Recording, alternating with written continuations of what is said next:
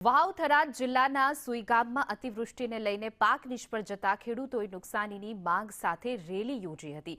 1 મહિના બાદ પણ ખેડૂતોને વળતર ન ચૂકવાતા પ્રાંત કચેરીએ આવેદનપત્ર આપ્યું હતું।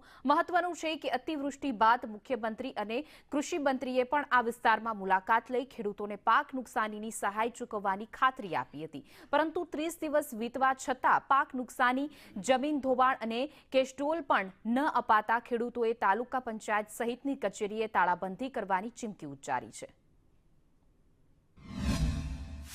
કોંગ્રેસ પાર્ટી દ્વારા અને એના સ્થાનિક ખેડૂતો દ્વારા એક આવેદનપત્ર આપી અને જમીન ધોવાણ અને પાક સહાય અને બીજી જે કંઈ પણ ઘર વખરી બાબતે કે કેશડોલ બાબતે અસંતોષ છે એના માટે આવેદનપત્ર આપીને રજૂઆત કરી છે।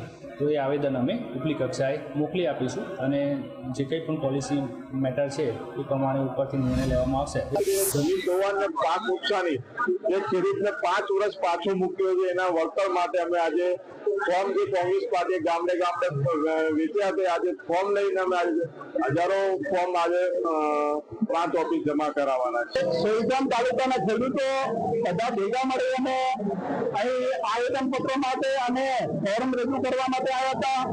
ઘણા ગામડાઓમાં કેશડોલ મળ્યો નથી, ઘણા ગામડાઓમાં ધોવાણ તો પાક ધોવાણ અને પાક નિષ્ફળ તો મળે જ નથી, પણ જરવખરી પણ ઘણા ગામોમાં મળ્યો નથી। એના માટે અમે ટીડીઓ કરીને રજૂઆત કરવા હતા। કોંગ્રેસ પાર્ટીએ ખેડૂતોના હિત માટે અગાઉ પણ એક આવેદનપત્ર આપ્યું હતું।